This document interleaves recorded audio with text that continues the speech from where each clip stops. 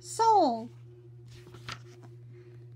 Joe Gardner fought the urge to cover his ears. His middle school band students were playing a basic jazz number, but they couldn't keep time, or keep still. That same day, Joe learned that his part-time teaching job had been made full-time. But Joe's dream was to play jazz. He believed that what he was born to do his true purpose. Wow. Later that day, Joe's phone rang. It was Curly Baker, one of Joe's former students. He told Joe about an audition for the Dorothy Williams Quartet. Joe hurried to the legendary jazz club, the Half Note, to audition with the quartet. When it was time for his solo, Joe closed his eyes, took a deep breath, and let the music flow. Afterward, Joe saw that everyone stopped to listen. Dorothy Williams smiled and said, "Get a suit, teach. A good suit. Back here tonight. First show's at 9. Sound check's at 7. We'll see how you do."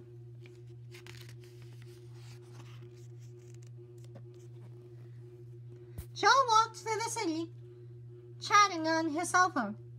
"I got the gig." Just then, Joe saw a motorcycle heading right toward him. He stepped out of the way and fell into an open manhole.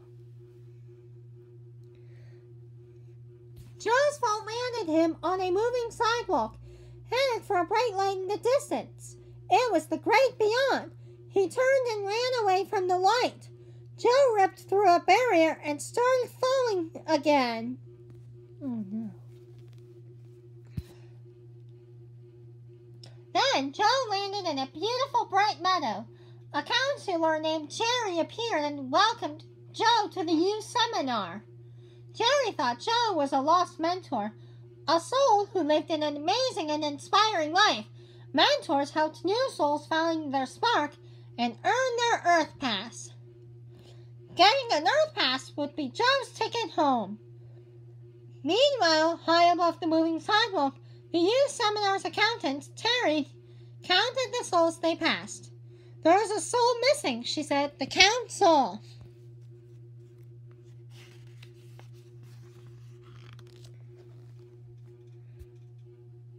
The counselors assigned Joe to a troublesome soul known as 22. She had already been through hundreds of mentors, but Joe was unlike the others. He wanted to go back to Earth. The young soul couldn't believe it. She agreed to give him her Earth Pass as soon as they found her spark. The pair made it through the whole of everything, but nothing inspired 22. She tried lots of professions, but still no spark and no Earth Pass.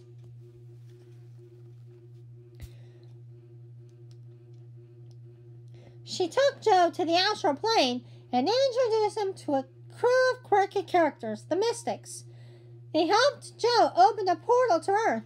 Joe closed his eyes, focusing on his body on Earth.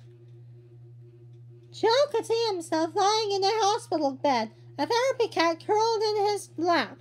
Joe was ready to jump through, but Moonwood was worried.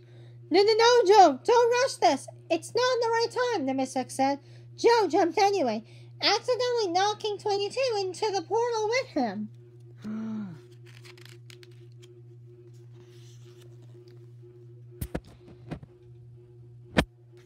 A moment later, Joe cautiously opened his eyes. The good news is that he was in a body. The bad news? He was in the wrong body. No. I'm in the cat? Wait a minute. If I'm in there, then who? Joe looked at his body and realized 22 was in there. She was horrified. I'm in the body? No! Joe did his best to stay calm. This was all Moonwood's fault, he decided. "Okay," Joe said. "Gotta find Moonwood. He can fix this." After escaping the hospital, Joe and 22 ended up on the streets of New York. The two found Moonwood spinning his sign at an intersection. The mystic promised he would get Joe back into his body. See you at the half moon at 6:30. I'll take care of everything, Moonwind said.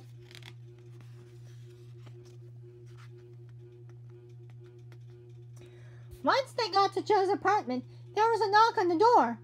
It was Connie from Joe's music class. She told Joe that she wanted to quit the trombone, but when Connie played, it was clear she loved music.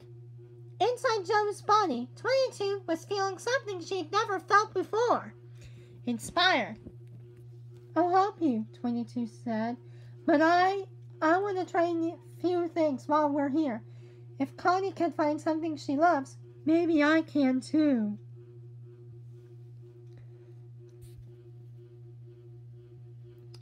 Later, an unexpected gust of wind knocked Joe's hat off. As 22 bent over to grab it, Joe's pants ripped at the seam.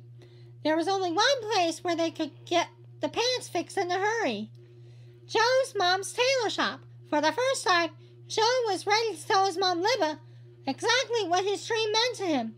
He leaned in and told 22 just what to say. Look, if doing what I love, no matter how hard it is, I'll be fine. 𝓕𝓵𝓵 listened and smiled. Then she opened the closet and pulled out a surprise. Joe's dad's suit. Wow. There's the suit.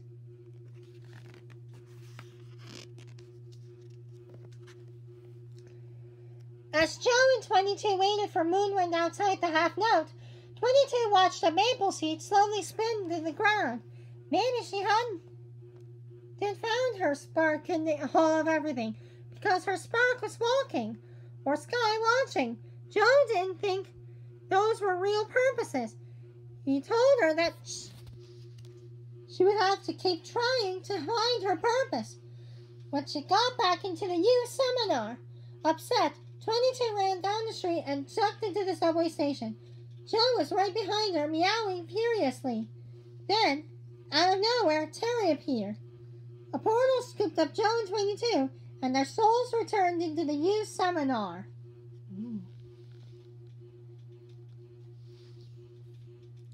Suddenly, the counselors were congratulating 22. She had earned her Earth Pass, but the young soul still had no idea what her spark was. She handed Joe her Earth Pass. It filled in because I was in your body, being you. It's your spark that changed it, not mine, 22 said. She slipped away, leaving Joe alone at the portal's edge. Joe was upset, but he needed to get back to Earth. Music was his purpose. It was what he was meant to do. Joe took his Earth Pass and jumped into the portal.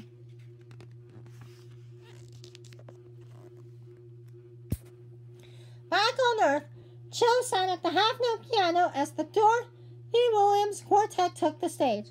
He played perfectly, but later after the show, Joe felt unvilified. He went home and played his piano. As he played more intently, he closed his eyes and entered the zone. Then when he opened his eyes, he was back in the astral plane. Moonwind was waiting for Joe. Something was wrong. 22 wasn't herself. She had become a lost soul, angry and destructive. The enraged soul rampaged through the youth seminar. No one could stop her. Oh no! Look at her.